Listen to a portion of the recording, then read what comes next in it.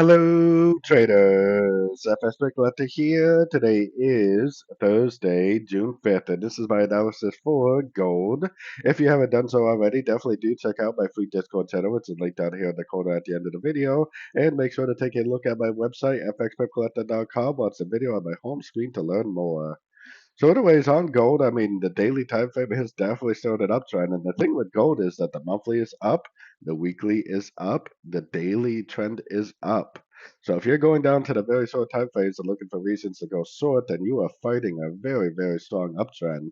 I'm still hoping that this is a wave one, wave two, and wave three because I have several orders on the way up here. I have orders all the way down here, I have orders there, and I have orders here. So I'm definitely hoping to see this continue up. I think there's a good chance we're in a wave three. I think there's a good chance that it'll go up to about the 378%, probably someplace around the 35.25 area, and maybe even a lot higher than that.